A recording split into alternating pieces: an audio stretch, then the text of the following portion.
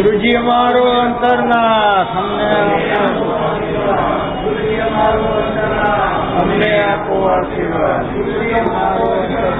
हमने आपको बोलो जिन शासन देव की गुरु वंदन स्वामी स्वामी सुराय सुगदप शरीर निराबाद यात्रा निर्वोल जोड़ी स्वामी साता शेष लाभ से जुड़ी स्वामी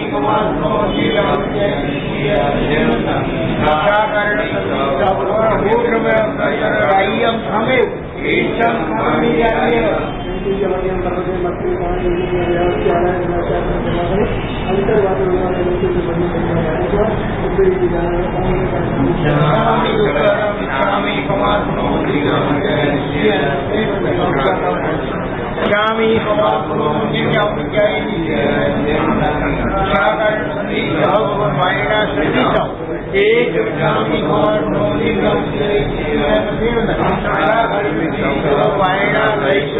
एक स्वामी वायना प्रसाद कराओ जी। नमो हरिहंताणं, नमो सिद्धाणं, नमो आयर्याणं, नमो वच्छायाणं, नमो एकवसाहुणं, केशो पंचणमुक्तारो सर्वपावपणसणो मंगलानं च सव्येतिं बडमं भवैतं रागद्वेष विजेतारं ज्ञातारं विश्ववस्तुनः क्षत्रपूज्यं गिरामीशं तीर्थेशं श्रुतिमानये पन्नगे च सुरेन्द्रे च कौशिके पादसंस्पृशे निर्विशेषमनस्काय श्रीवीरस्वामिनेशो अज्ञानतिमिरान्धानां ज्ञानाञ्जनशलाकया नेत्रमुन्मीलितं येन तस्मै श्रीगुरवे नमः। सर्वारिष्टप्रणाशाय सर्वाभीष्टार्थदायिने सर्वलब्धिनिदानाय गौतमस्वामिने नमो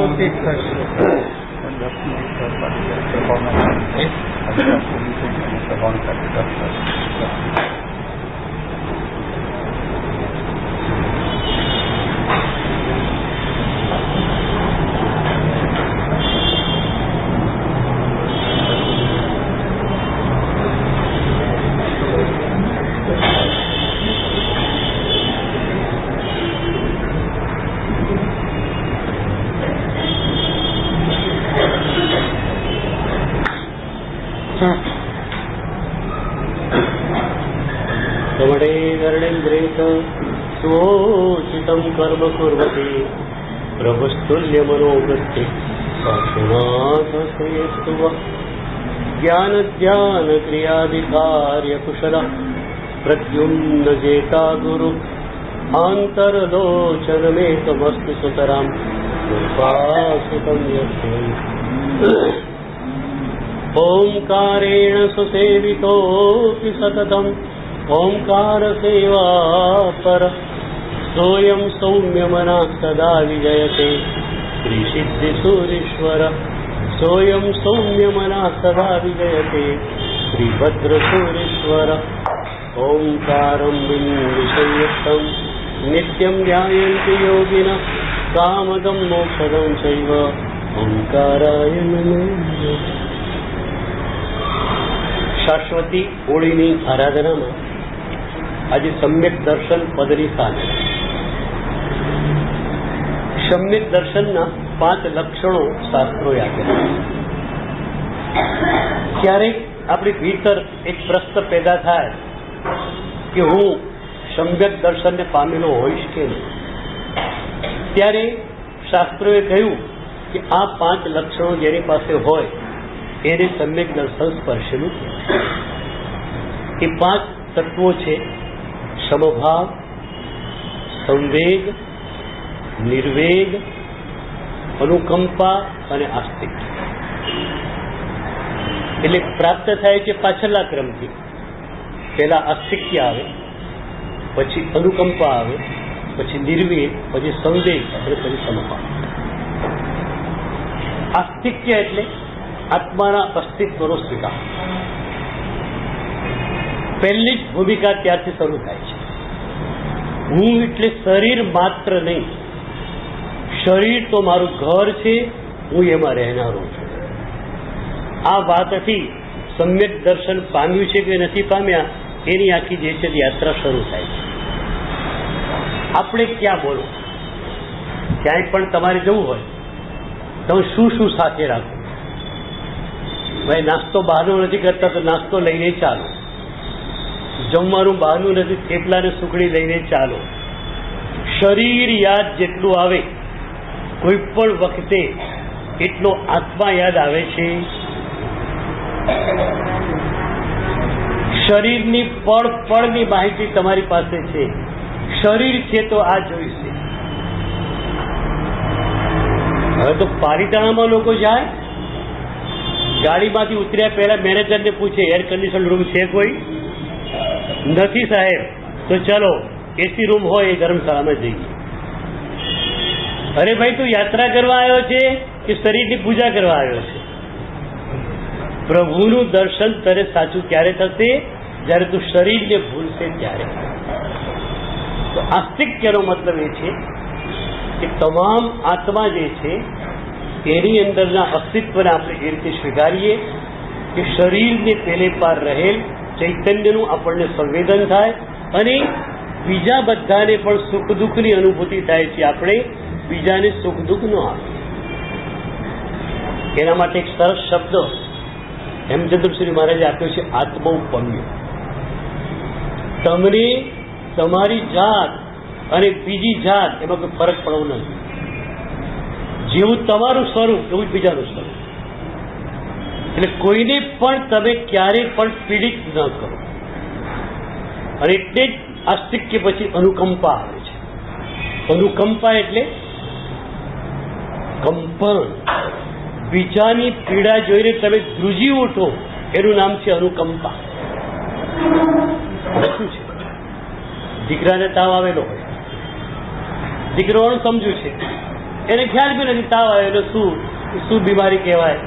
એ તો રમતો પણ હોય, પણ દીકરાની એ બીમારીની પીડા માને હોય છે. પીડા દીકરાને છે પણ ખરેખર એની પીડા માને છે. કારણ કે મમતા છે, મારો દીકરો, અને એના કારણે એ મમતાની નળી વાતે પીડાનું સંક્રમણ થાય છે.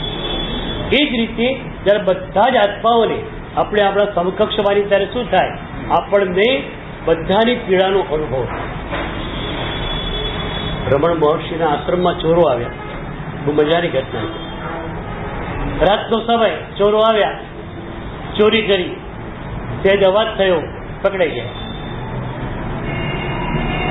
અવાજ થઈ ગયો, શિષ્યો પણ જાગી ગયા, થોડાક મહેમાનો આવેલા એ પણ જાગી ગયા. પણ શિષ્યો કે છે કે ભાઈ ચોર પકડાયો બરોબર છે, પણ એ પોલીસમાં આપવો કે નહીં આપવો એ ગુરુ નક્કી કરશે, આપણે નક્કી કરી શકીએ નહીં.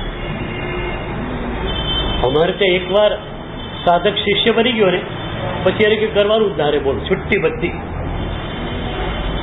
વિચારવાની છુટ્ટી, કરવાની છુટ્ટી, બોલવાની છુટ્ટી, બસ અંદર પહોંચી જવાનું.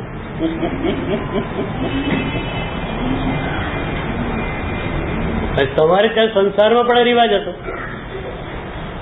બાપ બેઠેલો હોય, દીકરો વિચાર જ નહીં કરતો. હમણાં વાવના એક અગ્રણી અમદાવાદ રહે છે, ચારેય દીકરાને 4 બંગલા કરી નાખ્યા. ચોથો બંગલો પણ કરેલો હતો. ચોથો દીકરો હજુ નવા બંગલામાં રહેવા નતો ગયેલો, ત્રીજા બંગલામાં ભાઈની જોડે રહેતો. મેં કીધું તારે ક્યારે બંગલામાં જવાનું છે નવા? એ સાહેબ બાપુજી જાણે છે. એ બાપુજીને ખબર. બાપુજી કહે છે તારે આજે જવાનું છે એટલે હું જઈશ. બાપુજી ન કીધા જવાનું નથી. એ બધું બાપુજીના હાથમાં છે. તમારા હાથમાં કેટલું? હા છે ને, સારું છે કે તમારો વૈરાગ્ય તો પ્રગટ થાય ગમશે ગમ. એ નથી થતો. પાપ કરી કરીને જે દીકરાઓને પાડ્યા પોષ્યા મોટ્યા કર્યા અને એ પણ મારું કહ્યું મારે નહીં, તો પછી આ શા માટે ચાલો વિરાગી થઈ જાવ એવો ભાવ આવે કે ના આવે? ના આવે.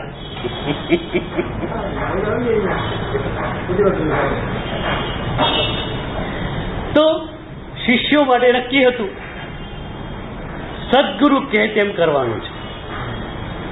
કોઈ પણ વસ્તુ નિર્ણય ડિસિઝન સદગુરુ જ લે, આપણે લઈ શકીએ. અને એટલે આખો જ ભાર આખો જ બોજ સદગુરુ ઉપર. હું ઘણી વાર કહું છું, શિષ્ય હોય નિર્ભાર, ભક્ત હોય નિર્ભાર. ભક્ત પ્રભુના ચરણોમાં બધો જ ભાર મૂકી દે, તારે જે કરવું હોય તે કર, હું તૈયાર બેઠેલો છું. તું જે આપીશ તે સ્વીકારીશ. મારી કોઈ ચોઈસ નથી, મારી કોઈ ઈચ્છા નથી, મારી કોઈ ઝંઝરા નથી. તું જે આપશે તે મને ગમશે. બોલો, સદગુરુ માટે પણ તમારી આ જ અપેક્ષા ને? અમે જે આપીએ તે ગમે કે તમને જે ગમે તે અમારે આપવાનું? સાચું કહેજો મને. ફરીથી, અમને ગમે, તમારા માટે ઠીક લાગે એ અમે તમને આપી દઈએ કે તમે ઈચ્છો તે અમારે તમને આપવાનું? બોલો, અમે જે આપીએ તમને ગમે કે નહીં? પેલા એક શેઠની વાત વચ્ચે મેં કહેલી કે સિઝનની પહેલી કાકડી આવી. શેઠને પોતાના મુનિમ પ્રત્યે એટલો બધો ભાવ કે સિઝનની પહેલી કાકડી અને ગામમાં આવી છે. મુનિમને બોલાયો, લે અહીંયા ખા કાકડી કે છે. સિઝનની પહેલી કાકડી પોતે ચીરી કરીને મુનિમને ખવડાવે. છેલ્લી એક ચીરી બાકી, ત્યારે શેઠને થયું કે આ ગામડું ગામ છે, ફરી વાર કાકડી ક્યારે આવશે, લાવ જરા એક ચીરી તો ચાખી લઉં. એક ચીરી શેઠે મોઢામાં મૂકી, એટલી કડવી કાકડી હતી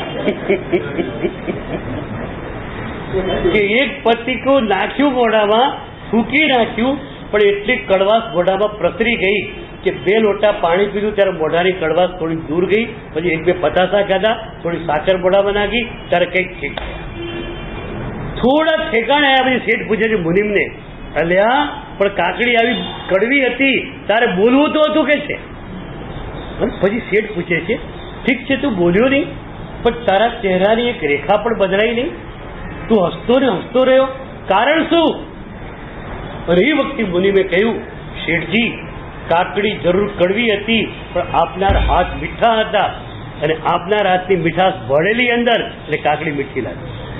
એટલે અમે લોકો જે આપીએ તમને ગમે ને, મારે પૂછવું છે.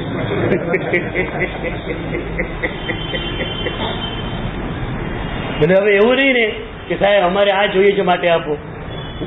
પચકાન લેવા આવ્યા, ધારણા આપી ગયો, શેનું લેવાનું છે? સાહેબ જે ઠીક લાગે આપી દઉં ને, એમાં શું કે બરોબર ને? એમ તૈયાર થઈ ગયા છે.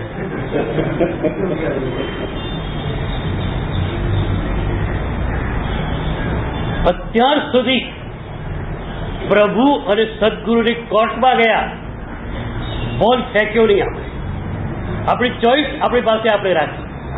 પ્રભુ મારે આ જોઈએ છે એ તું આપ, ગુરુદેવ મારે આ જોઈએ છે પછાડ, એ મને તમે આપો. હવે પ્રભુ અને સદગુરુની કોર્ટમાં જઈને બોલ ફેંકી દેવો છે. તમને ઠીક લાગે એ રીતે બોલનો પ્રતિસાદ આપો. મારી કોઈ ચોઈસ નથી, મારી કોઈ ઈચ્છા નથી. એકવાર એક ચાન્સ તો લગાવું છું, એકવાર જુઓ તો ખરા શું થાય છે. તમને લાગશે કે આટલો સરસ પ્રતિસાદ પ્રભુ અને ગુરુ આપશે, એની કલ્પના પણ તમને રહો. હું ઘણી વાર કહું છું, તમે માંગીને માગશો શું? કેટલું માગશો? અને પેલો આપવા માંગશે ત્યારે છપ્પર ફાડીને આપશે. મા ને દીકરો ગયેલા માસીને ત્યાં, શિયાળાનો સમય, માસીએ કાજુ ઓફર કર્યા, લે બેટા લઈ લે. દીકરો મારો બેટા લે જ નહીં, ના હું નહીં લઉં. માસીએ પછી મુઠ્ઠો ભરી અને ગજવાની અંદર કાજુ ભરી કાઢ્યા. પછી મારો દીકરો બે ચાલ્યા, બસમાં બેઠા. માએ કહ્યું, બેટા તું બહુ ડાયો હો, માસી આટલું બધું કીધું તો તું લીધું નહીં, તું બહુ શાણો, બહુ ડાયો, બહુ સમજુ. પણ માને ક્યાં ખબર છે કોન્વેન્ટિવ છોકરો માંથી 4 ચાંદરવા ચડે એવો હતો. એ કે મમ્મી મેં કેમ ન લીધા, તને ખબર છે હું લેત તો મારી મુઠ્ઠીમાં કેટલા કાજુ આવત.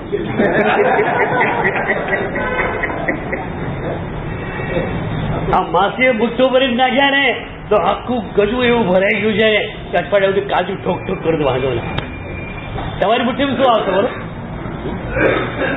એટલે હવે તમારા ઉપર આધાર રાખવો છે, પ્રભુ ઉપર મારે પૂછવું છે, કોના પર આધાર રાખવો છે? સાહેબ માગી માગીને શું માગશો? બંગલો, ફ્લેટ, આ તે શું માગશો? ખરેખર આનંદ તમારે જોઈએ છે, પ્રભુ તમને એ આપવા તૈયાર છે. જો ખરેખર પ્રભુ આપતા હોય, એ તમારે લેવું હોય તો પ્રભુ આનંદ આપવા માટે તૈયાર છે. એક ક્ષણ માટે તમે પીડામાં ન જાઓ, વિષાદમાં ન જાઓ, એવું વરદાન પ્રભુ તમને આપવા માંગે છે. Are you ready? બોલો, છો તૈયાર? પ્રભુ પાસેથી આ વરદાન જોઈએ છે તમારે? અમને લોકોને મળી ગયું. ઘણી વાર કહું છું, પ્રભુ મળ્યા પછી એક ક્ષણ પણ અમારી વિષાદમાં પીડામાં ગઈ નથી, મજામાં બેઠેલા છે. પ્રભુ આ જ આનંદ તમને આપવા માંગે છે. તમારે જોઈએ છે તો ફ્લેટ જોઈએ છે, નાનો છે તો મોટો જોઈએ છે. અહીંયા છો તો વાલકેશ્વર જવું છે, પછી આગળ ક્યાં જવાનું? પછી વાલકેશ્વર થી આગળ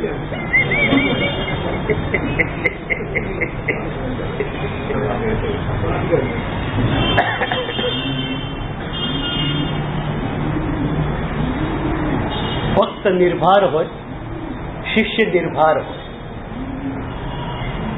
ચોર પકડાઈ ગયો છે, સામાન્ય માણસો નક્કી કરે ચોરને સજા કરવી જોઈએ, પોલીસમાં પકડાવવો જોઈએ, પણ શિષ્ય કોઈ નિર્ણય લેવા તૈયાર નથી. એ કે ગુરુ પાસે આપણે આને લઈ જઈએ, ગુરુ જે ચુકાદો આપણે સાચો.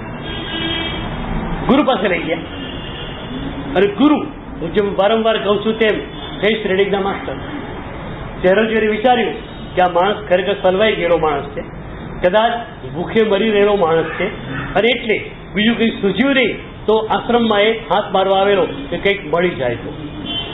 એટલે એક માત્ર ચહેરો જોઈને, એની નિર્દોષતાને જોઈને ગુરુએ કહ્યું, ભાઈ આને છોડી મૂકો, આને છોડી મૂકો. શિષ્યોના મનમાં તો વિચાર જ નહોતો, એક્સેપ્ટ ગુરુનું વચન થયું એટલે છોડી મૂક્યો. ચોર ગુરુના ચરણોમાં પડ્યો, ધ્રુસકે ધ્રુસકે રડ્યો કે મહારાજ તમે કૃપા કરી, ખરેખર તમે સમજો છો એમ હું મુશ્કેલીનો મારે ચોરી કરવા નીકળેલો, 3 દિવસ તો ભૂખ્યો હતો, ખાવાનું કે મળતું નહોતું. કહ્યું કે ચલો સંતોના આશ્રમમાં જઈ આવું, બીજી જગ્યાએ પકડી જાઉં તો લોકો મારે કૂટે, પણ સંતોના આશ્રમમાં સંતો મને મારશે નહીં, પોલીસને પકડાવશે પણ નહીં, એટલે તમારા આશ્રમમાં આટલા માટે જ આવેલો, અને હું પકડાઈ ગયો છું, પણ તમે મને છોડી દીધો, કારણ કે તમારો બહુ આભારી છું. અને મહારાજ તમારા ચરણે હાથ મૂકીને પ્રતિજ્ઞા લઉં છું કે ભૂખે મરી જઈશ પણ ક્યારે પણ ચોરી નહીં કરું.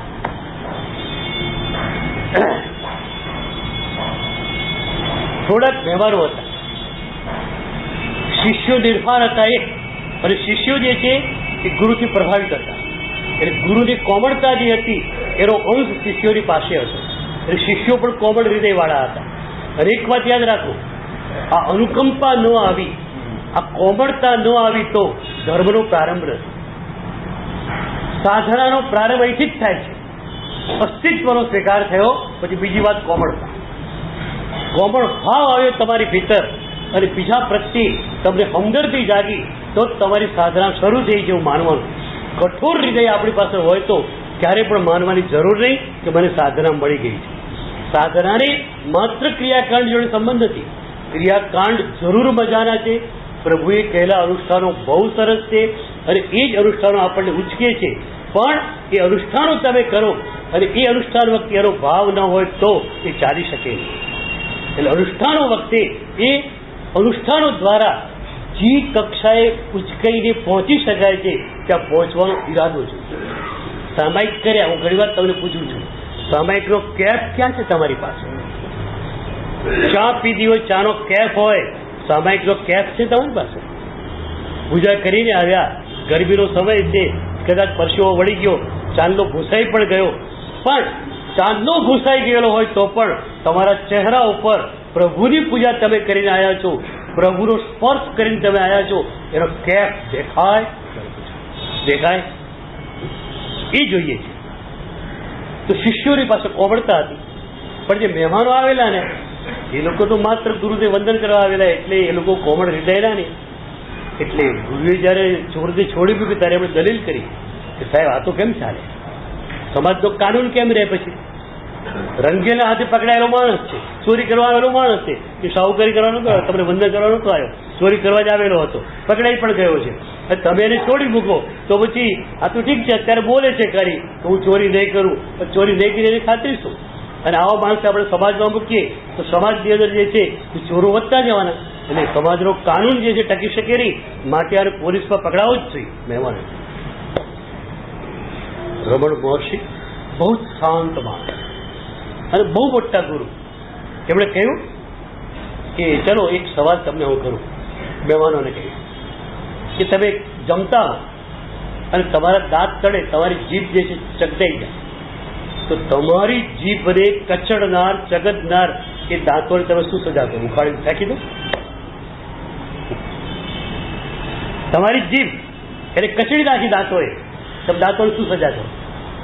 સાહેબ એ તો શું થાય? જીભ પણ અમારી, દાંત પણ અમારા. ત્યારે ગુરુએ ફટકાર આપ્યો એ લોકોને કે તમને ખ્યાલ નથી આ લોકો ચોર કેમ બને છે? તમારી નિષ્ક્રિયતાને કારણે.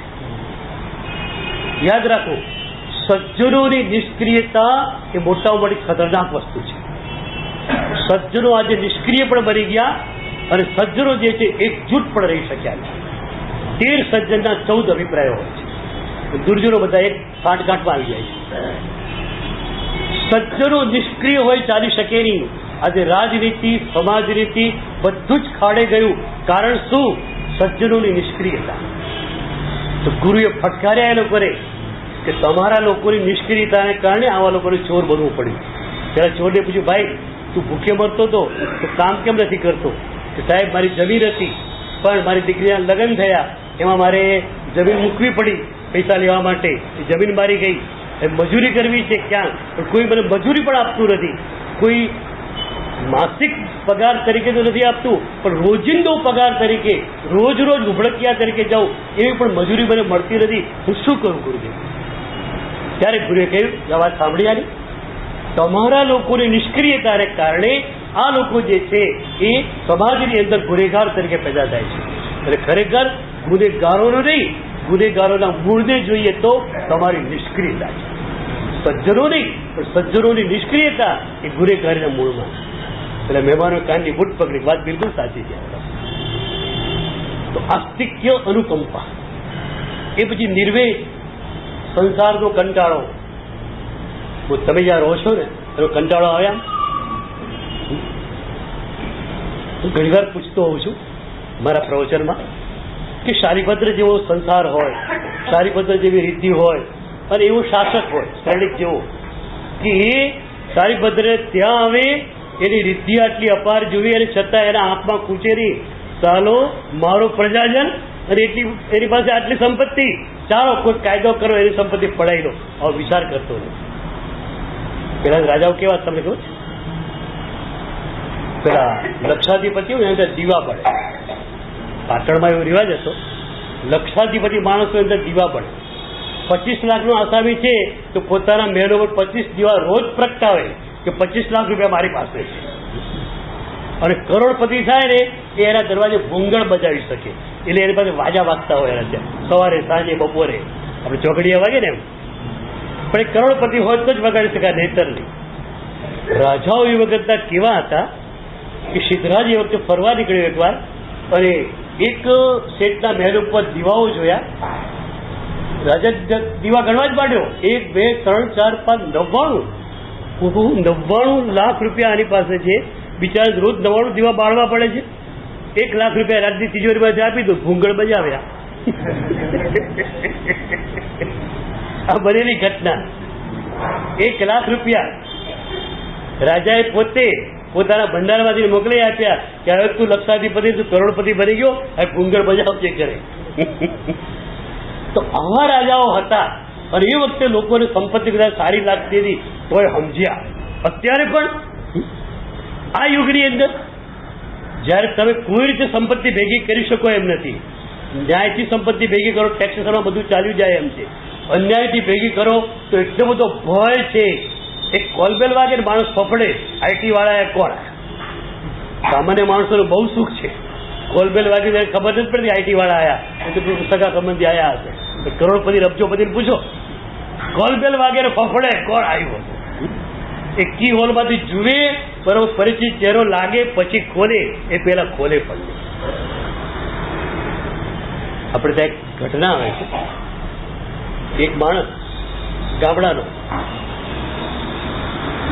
શેઠના ત્યાં લગ્ન શેઠે ખાસ કહ્યું તું મારો ગ્રાહક છે લગ્નમાં આવજે ગયો લગ્નમાં હવે ગામડીઓ માણસ મીઠાઈમાં બહુ બધું લાપસી કે કંસાર ખાધેલું બીજું ખાધેલું નહીં ત્યાં બરફી હતી બરફી બહુ મજા આવી અને બરફી ખાધી એટલી ગમે ગઈ 2, 4, 5 ચોસલા ખાધે જ ગયો પણ 5 ચોસલા ખાધા પણ એ તૃપ્તિ જ ના થાય અને વધારે તો આવી નહીં પછી 5 ચોસલા ખાઈને ઉઠ્યો પણ મનમાં એક જ વાત આ ખાવું જોઈએ હવે આ ગામડામાં રહેતા શેઠ હતા શહેરની અંદર શહેરમાં આવેલો લગ્ન માણવા હવે એને થાય છે કે આ મારે ખાવું પણ નામ ના ઓળખે એને ખબર નહીં આ બરફી કહેવાય પણ આવું જે છે વ્હાઈટ હોય અને આટલું ચોરસ હોય મારે ખાવું છે પહોંચ્યો બજારની અંદર અને પેલા કરિયાણા વાળા ત્યાં સાબુના લાટા પડેલા ગોટીઓ કાપેલી બરોબર આવી આકાર આવો જ અને નામ તો આવડતું નતું ગામડીઓ માણસ ઇશારો કર્યો આ આપો પૈસા લાવો પૈસા આપ્યા 8-10 ચોસલા આપી દીધા એટલો રાજી થઈ ગયો બસ હવે તો ખાધું ગયો બગીચામાં બાકડા પર બેઠો નાખ્યું મોઢા વસું થાય પછી ચલો આ તો કઈ જુદું આવી ગયું કે પણ હવે પૈસા આપીને લીધું છે હવે થાય શું એક જણો આવ્યો હવે આ તો સાબુ છે ખાઈશ તો ભરી જઈશ મારે તમને પૂછવું છે કે તમે જે ખાઓ છો બરફી છે કે સાબુનો લાટો છે શું છે શું છે કાશ્મીરમાં એક યુરોપિયન આવેલો એની પણ આવી જ ઘટના છે એને ખબર કે કાશ્મીરના એપલ બહુ વખણાય છે લાલ કાશ્મીરમાં મરચા પણ છે ને બહુ મોટા થાય લાલ હવે આ યુરોપિયન માણસ અંગ્રેજી જાણે અને પેલો જે શાકભાજી વાળો હતો એ કે અંગ્રેજી જાણે નહીં એટલે એને ઈશારો કર્યો આ આપો લાલ લાગ્યું કે આ આપો કે છે પેલા એ તો 10 આપી દીધા મરચા અને પૈસા ચૂકવી આપ્યા બગીચામાં ગયો મરચા ખાતા ખબર પડે કે એપલ નથી આ પ્રોફેસર હતો એ માણસ યુરોપિયન એક જણો ત્યાં બીજો ભારતીય પ્રોફેસર આવ્યો એને પૂછ્યું અરે શું કરો છો વોટ આર ડુઇંગ ધીસ આ શું કરો છો મરચા ખાઈ રહ્યા છો તો કે હા બરોબર છે હવે મને ખબર પડી કે આ ન ખવાય પણ પૈસા આપીને લીધા છે એનું શું હવે તમારે આવું છે ખાતા પછી લાગે છે મરચા જેવું તીખું છે આ બધું લાગે છે ને એપલ જેવું નથી કેવું છે મરચા જ પણ છતાંય હવે ખાવું તો ખરું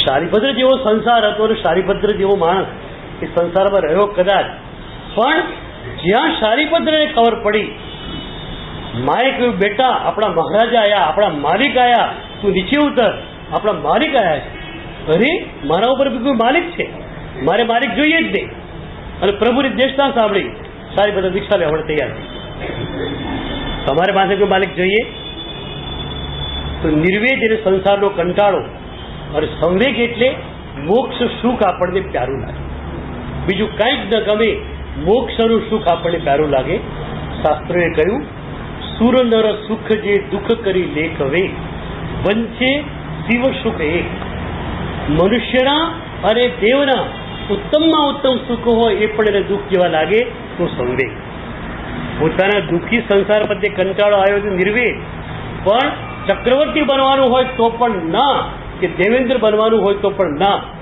સુર નર સુખ જે દુઃખ કરી લેખ હવે વંચે શિવ સુખ એક માત્ર એક મોક્ષના સુખને ચાહે તે શું કહેવાય સંવેગ બોલો તમારે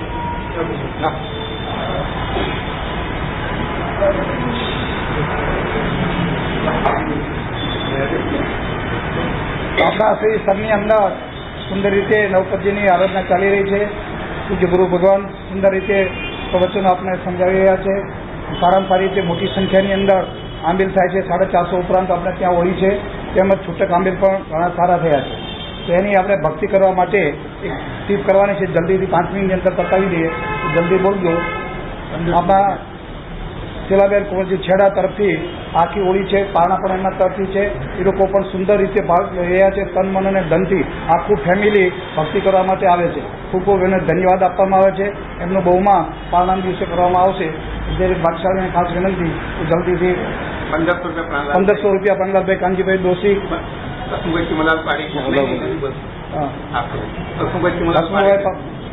પાડેચિયા 1500 રૂપિયા, સમીરભાઈ વિજયભાઈ ઝવેરી 1500 રૂપિયા, સુરેશભાઈ ચંદુલાલ 1500 રૂપિયા, હેમંતભાઈ કાપડિયા 1500 રૂપિયા, લલિતભાઈ જયસંગભાઈ 1500 રૂપિયા, યશવંતભાઈ કુંદનમલજી 1500 રૂપિયા. લખાવો બોલો બાકી. હા બોલો આરામ. પૃથ્વીરાજજી આરામ 1500 રૂપિયા. બોલો બાકી સારી. આ ભક્તિ છે. આપણે તપસ્યાની ભક્તિ કરવાથી આપણે કોઈ ભક્તિ આપણામાં તપસ્યા આવે. કીર્તિલાલ જોડાલાલ 1500 રૂપિયા, બબાલાલ દાયલાલ રોકાણી 1500 રૂપિયા, જેસી શાહ 1500 રૂપિયા, મનીષા રૂપેશભાઈ શાહ. બોલો બાકી સારી. બોલો ભાઈઓ બહેનો. માણેકચંદજી હજારમજી લુક્કડ 1500 રૂપિયા. હા ઇન્દિરાબેન રૂપેશભાઈ 1500 રૂપિયા. હા ધવલચંદજી કાનૂનો 1500 રૂપિયા. હા મનુભાઈ શાંતિલાલ 1500 રૂપિયા. બોલો બાકી સાહેબ 1500. હા ગીતાબેન સ્વરૂપચંદ મહેતા, મગરાજી મનુપજી કોઠારી 1500 રૂપિયા. હા જીતેન્દ્રભાઈ ચંદુલાલ શાહ 1500 રૂપિયા. પારણાના દિવસે જ પ્રભાવના આપવામાં આવશે દરેકને. ચંદુભાઈ સાવલા 1500 રૂપિયા. હા મંજુલાબેન કેસરીચંદ સંઘવી.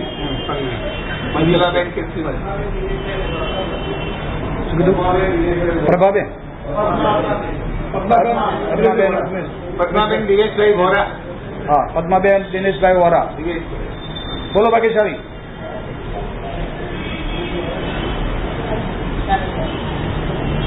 બોલો કોઈ લખા 1500 રૂપિયા. હા બોલો ના બોલો 1000 રૂપિયા 1100 રૂપિયા. હા 1100 રૂપિયા. 1500 રૂપિયા. દક્ષાબેન જગદીશભાઈ. હા જગદીશભાઈ. સોનલબેન બંસાળી 1000 રૂપિયા. મંજૂર રસિકલાલ પત્રાવાળા પત્રાવાળા 1000 રૂપિયા. અશ્વિનભાઈ મોતીલાલ 1000 રૂપિયા. નરેશભાઈ સેવંતીલાલ શાહ 1000 રૂપિયા. મફતલાલ મોહનલાલ શેઠ 1000 રૂપિયા. સેવંતીલાલ સેવંતીલાલ ભાઈ 1000 રૂપિયા. દયાલાલ પૂનમચંદ 1000 રૂપિયા. પન્નાબેન દોશી ડોક્ટર પન્નાબેન દોશી 1000 રૂપિયા. બોલો બાકી ચાલી. જેટલું ફંડ વધારે થશે તપસ્યા ઘણી છે. સૂર્યકાંત કાંતિલાલ ઝવેરી 1500 રૂપિયા. 1000 રૂપિયા. બોલો બહેનો 1000 રૂપિયા લખાવો. 900 રૂપિયા લગાવો તો 2 રૂપિયાની પ્રભાવનાથી ગણાય. 900 રૂપિયા લગાવો. 700 500 જે લખાવે લખાવો. બોલો બોલો જલ્દી. નામ બોલો. અરુણાબેન 500 રૂપિયા. હા અરુણાબેન આખું નામ બોલો. પ્રવીણભાઈ. હા પ્રવીણભાઈ. અરુણાબેન પ્રવીણભાઈ.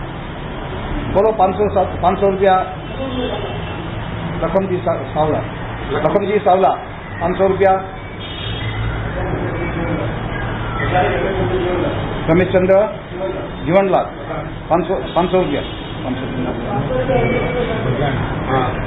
મારા લખ રમેશચંદ્ર શાંતિલાલ 500 રૂપિયા.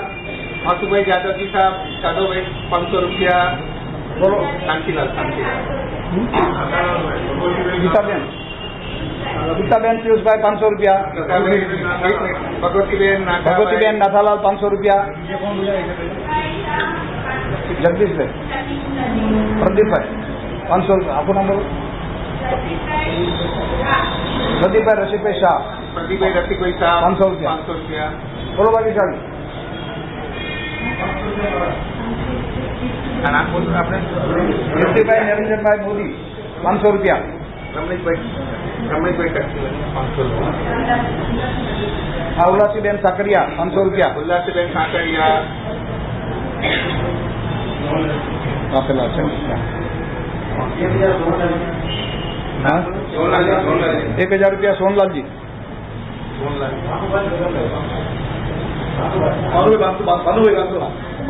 ભાનુભાઈ કબીરભાઈ 500 રૂપિયા. 500 રૂપિયા.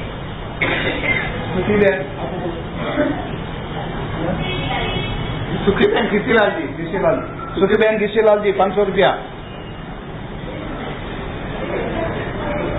હા 1000 રૂપિયા. સન્નાલાલ જસંગલાલ 1000 બરાબર ને. રામજીભાઈ સાવલા કેટલા?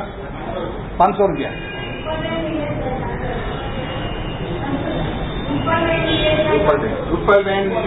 રૂપલબેન નિલેશભાઈ 300 રૂપિયા. 500 રૂપિયા. 500 ની નીચે લખાવી દેજો. 500 હા બોલો 500 રૂપિયા લખાવી બોલો બાકી ચાલી. હા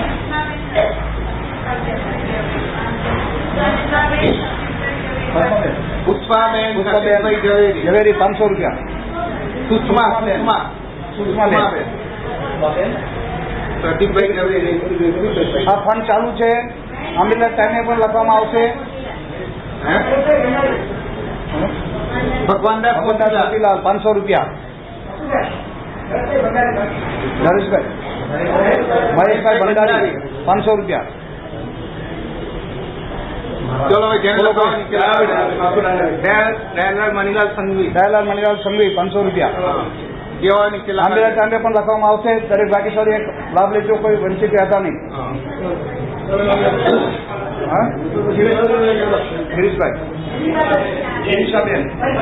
ગિરીશાબેન પરીખ 500 રૂપિયા. ગિરીશાબેન પરીખ 500 રૂપિયા.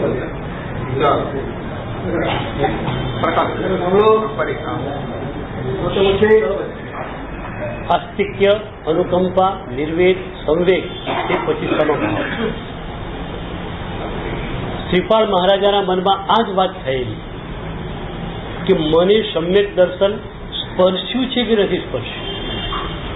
અને એમને થયું કે જો સમભાવ પ્રગાઢ રીતે મારામાં હોય તો હું માની શકું કે સમ્યક દર્શન મને સ્પર્શ્યું છે. અને એટલે જે ધવલ શેઠ એમને દરિયામાં નાખી એ જ ફરી મળે ત્યારે એક રતાસનો ટીસીઓ પણ શ્રીપાલ મહારાજાની આંખોમાં ફૂટતો હોય. અને એ વખતે એમને એક સેલ્ફ કોન્ફિડન્સ થાય છે કે થોડો સંભાવ મારી ભીતર હશે ખરો. અને એટલે પોતાના સમભાવના પરીક્ષક તરીકે, ગુરુ તરીકે એમણે ધવલ શેઠને કલ્પ્યા છે. અને એટલે જ ધવલ શેઠને સતત પોતે ઉપકારી તરીકે જુએ છે. અને એટલે હું ઘણી વાર તમને પૂછું, તમારા ગુરુઓ કેટલા? જે તમારા સંભાવની પરીક્ષા કરે બધા તમારા ગુરુ, બરોબર ને? ઘરે કેટલા ગુરુઓ છે બોલો?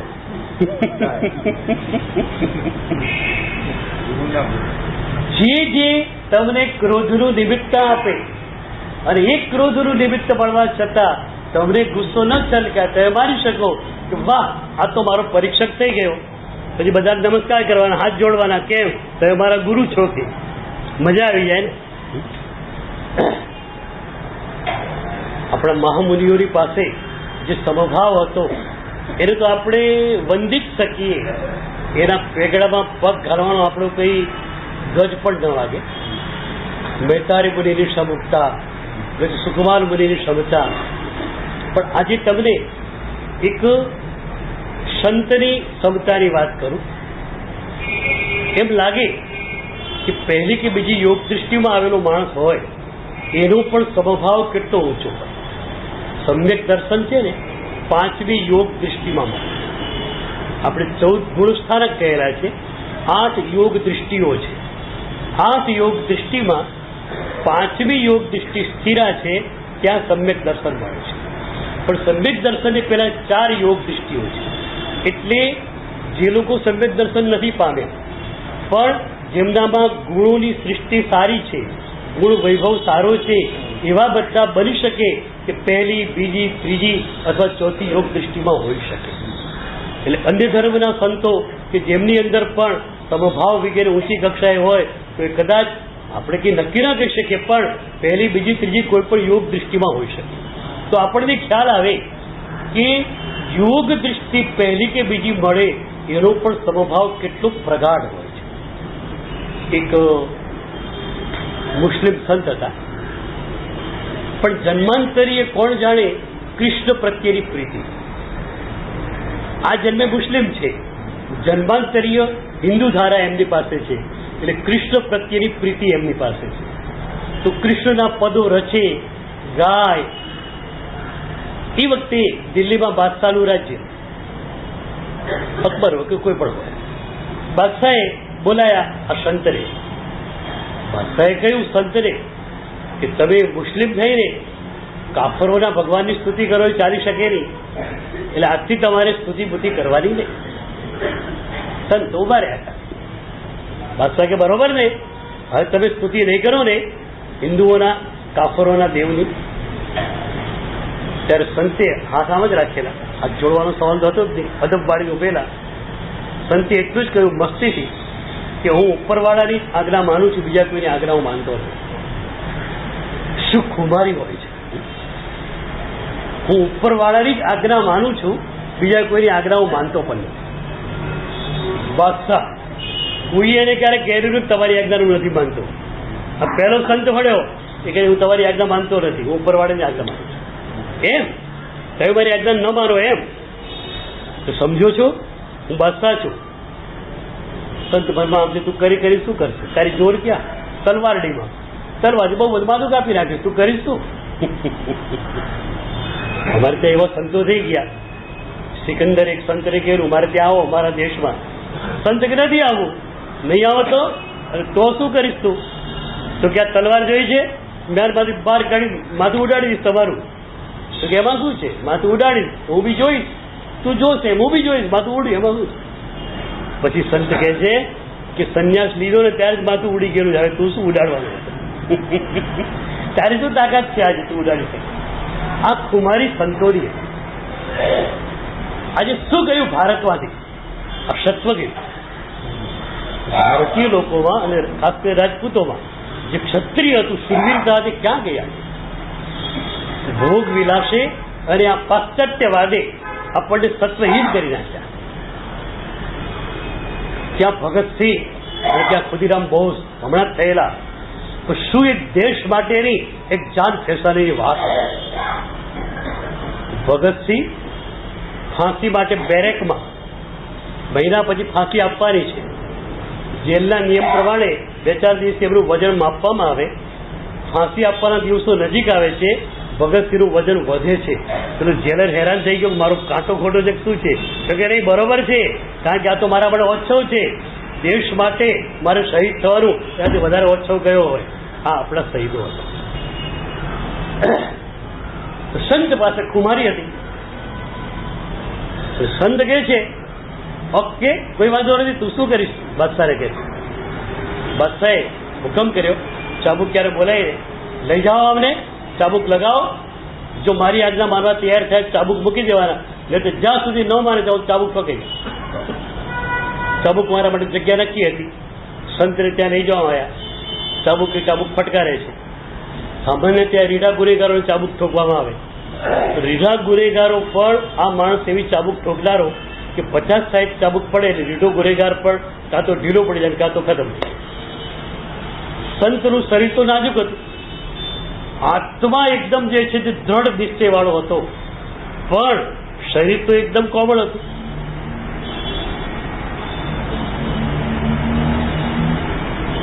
દસમી તારીખનું એક સરસ ગાથા સૂત્ર છે અને એનો એક ગુજરાતી અનુવાદ થયો છે.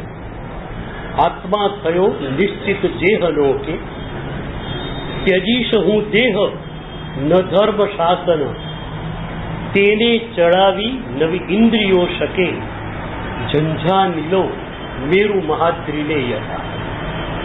જેનો આત્મા નિશ્ચિત થઈ ગયો કે હું તેને છોડી શકું છું, ધર્મશાસ્ત્રને નહીં. તેને ચડાવી નવી ઇન્દ્રિયો શકે, ઝંઝા નીલો મેરુ મહાદ્રિને હતા. ઝંઝા પર્વતો ગમે એવા વાય, મેરુ પર્વતને સહેજ પણ ડગાવી ન શકે. એમ જેનો આત્મા નિશ્ચિત થઈ ગયો એને કોઈ ડગાવનાર દુનિયામાં નથી. એટલે જ ગંગા સતીએ તો કહ્યું, મેરુ ચડે પણ જેના ચિતડા નવી ચડે. મેરુ કદાચ ચરાયમાન થઈ શકે, સંતોનું ચિત્ત ચરાયમાન ન થઈ શકે. સંતનું શરીર કોમળ છે, પેલો ચાબુક ઠોકી જાય છે. 20-25 ચાબુક ઠોકાયા, શરીર કોમળ, મૂર્છા આવી ગઈ, બેભાન થઈ ગયા. લગભગ આ ચાબુક ક્યારેક કામ રીઢા ગુનેગારો ઉપર જ પડ્યું છે. આવા કોમળ હૃદયવાળા માણસ જોડે કામ પડેલું જ નથી. અને માનતો કાં તો હોય પેલી વાત સ્વીકારે, કાં તો મરી જાય, બે જ વસ્તુ હોય. લાગ્યું સંત પણ કદાચ ગયા. હવે ચાબુક કયો છે? ભારતનો છે ને, રાજાની આજ્ઞા હતી, ચાબુક મારવા પડ્યા. પણ સંત છે એ તો ખ્યાલ છે, અને સંતનો પવિત્ર દેહ છે, તો ચાલો સંતના પવિત્ર દેહની વિધિ કરવી જોઈએ. સમાધિ રહે ત્યારે જમીનમાં એમને દાટતા, ત્યારે એમનો સંસ્કાર થાય, તો પાણીમાં પણ મૂકી દેવામાં આવે. તો કે ચાલો જમના નદીને કાંઠે જ હતો પેલો, જમના નદીમાં સીધો સંતના શરીરને મૂકી દીધો. ચાબુક ચલો મારું કાર્ય પૂરું થઈ ગયું. રાજાને કહી દીધું બાદશાહે કે ભાઈ સંતે તો બહુ મક્કમ, મેં તું ચાબુક ઠોકે જ ગયો, એ માનવા તૈયાર જ હતા નહીં, અને મરી ગયા. બાદશાહ કે કઈ નહીં, મરી ગયા તો મરી ગયા, કોઈ વાંધો નહીં, મારી આજ્ઞા ન મારે તો કેમ થાય. સંત ખરેખર મર્યા નહોતા, બેભાન થયા હતા.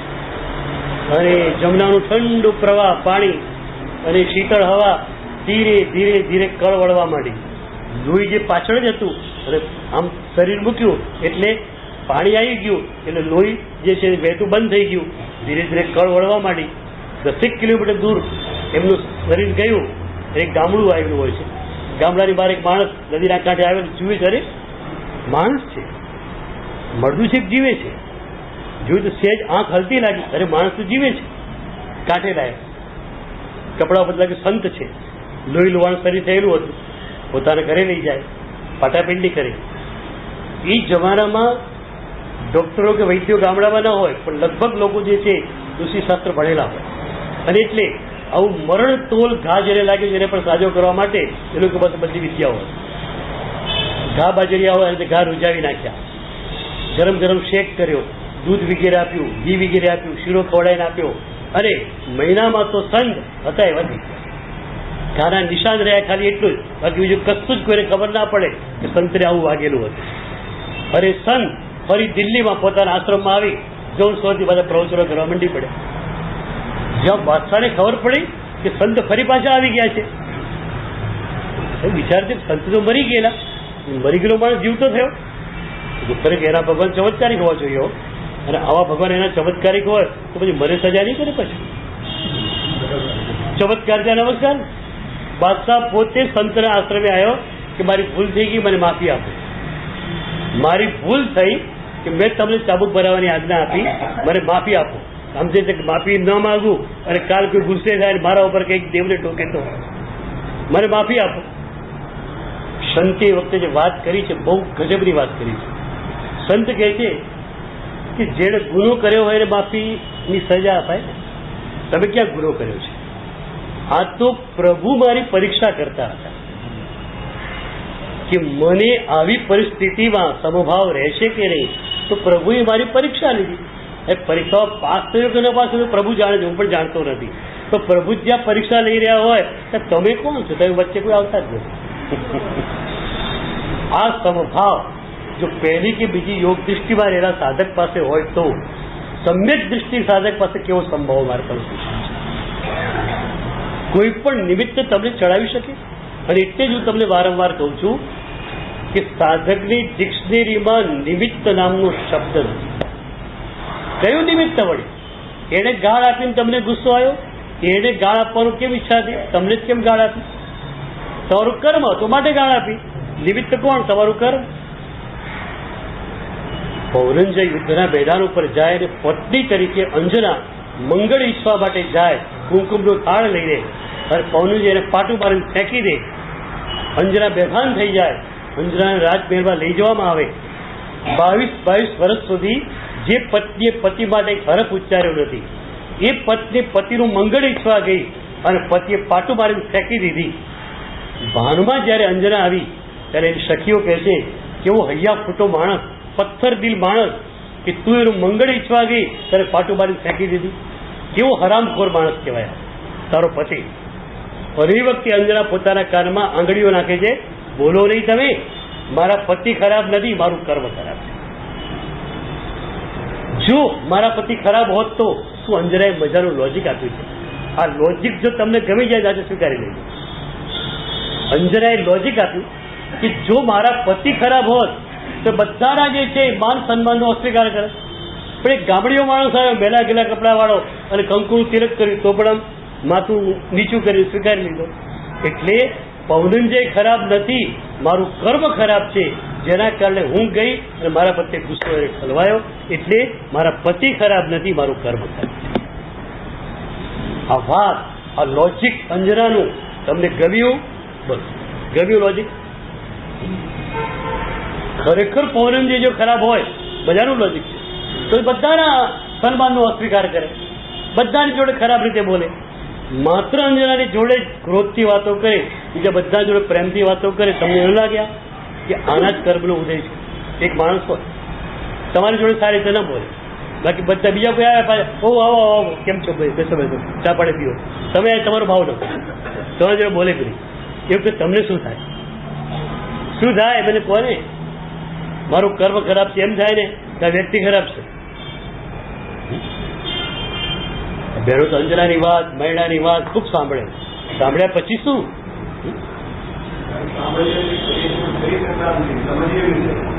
કરી શકતા નથી એનો મને વાંધો નથી.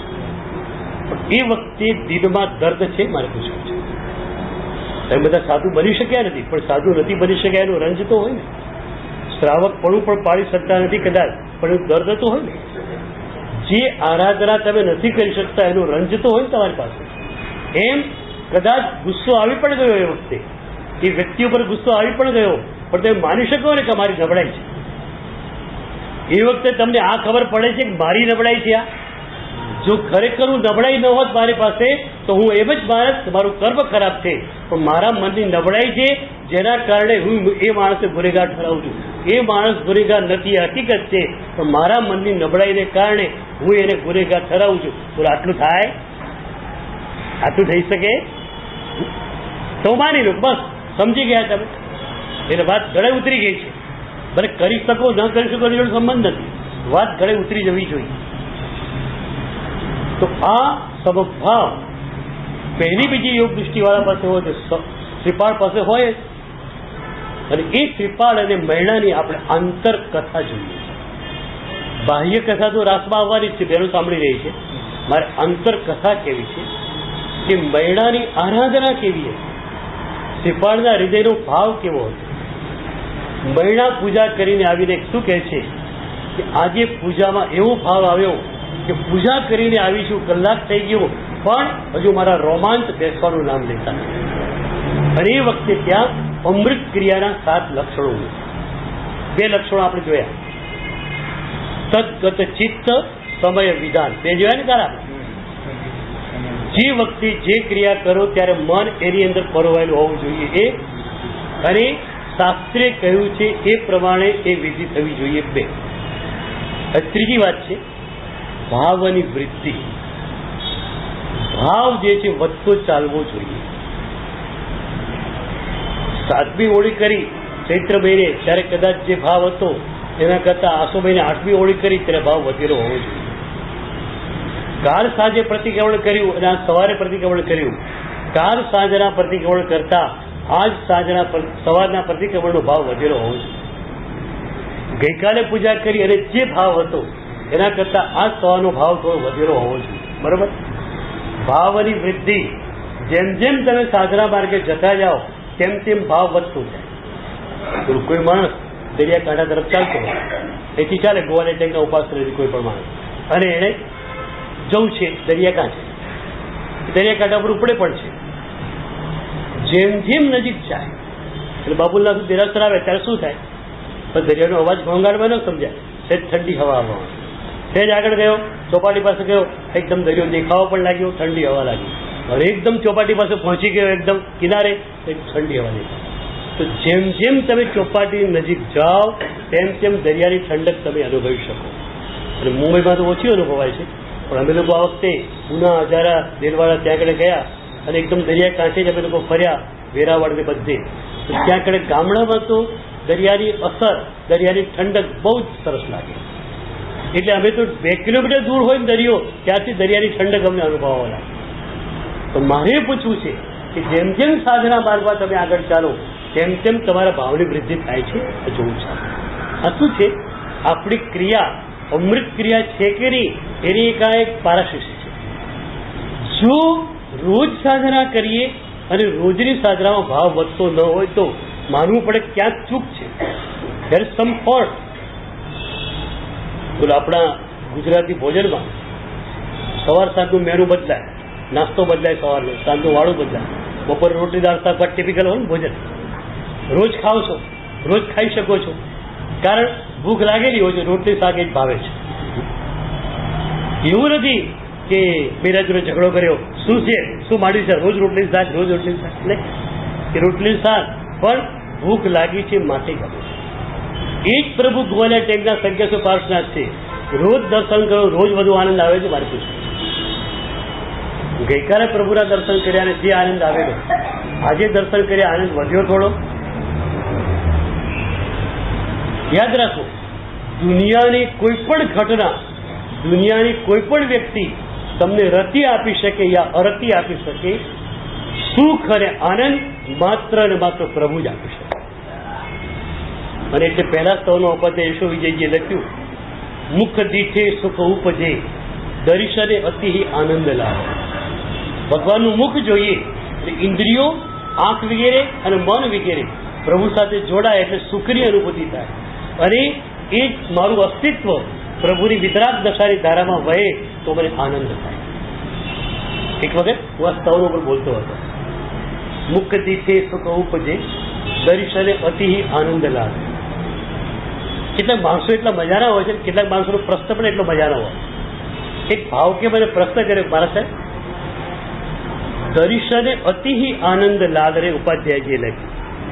આપણે બી કહીએ કે પ્રભુનું દર્શન કર્યું ખૂબ ખૂબ ખૂબ આનંદ આવ્યો, તો ઉપાધ્યાયજી મહારાજે એક જ વાર અતિ શબ્દ કેમ વાપરે? શું મજાનો સવાલ! તો સવાલ સાંભળીને ઝૂમી ઉઠે, વાહ, તારા જેવો પ્રશ્ન કરતા મળવો મુશ્કેલ. એક જ વાર અતિ શબ્દ કેમ? દર્શને અતિ આનંદ. બેને કહ્યું કે ઉપાધ્યાયજી મહારાજે એકવાર અતિ શબ્દ એટલા માટે વાપર્યો છે કે એ ત્યાં કણે શબ્દોની અશક્તિ બતાવવા માંગે છે. એ કહે છે કે અતિ શબ્દને 100 વાર વાપરું તો પણ અંદર જે આનંદ થયો છે એને હું બહાર શબ્દોમાં મૂકી શકું એમ નથી. તો પછી એક જ વાર અતિ શબ્દ ભલે, કારણ કે 2-5 વાર નહીં, 100 વાર મૂકીશ ને તો પણ અંદર જે આનંદ છે એ આનંદને, એ શબ્દો જે છે એ કઈ વ્યાખ્યાયિત કરી શકવાના ને. તમારા ભીતરના આનંદને યુ કેન એક્સપિરિયન્સ, તમે માણી શકો, એન્જોય કરી શકો. યુ કાન્ટ સે, તમે કહી ન શકો. આ ભીતરી આનંદ તમને સાધના આપે છે. એટલે સાધના જો પરફેક્ટલી થાય તો આનંદ મળે એક, અને એ આનંદ દિવસે દિવસે વધતો જાય 2. એટલે કે ભાવની વૃદ્ધિ.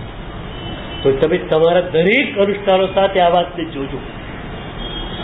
સામાયિક આટલા થયા, ધારો 1000 સામાયિક થઈ ગયા, આજે 1001મું સામાયિક છે, તો 1001માં સામાયિક રહે, 1000 સામાયિકનું બેકગ્રાઉન્ડ મળ્યું. 1000 સામાયિકની પૃષ્ઠભૂમિકા જેને હોય એ 1001મું સામાયિક કેવું ઉચકાય?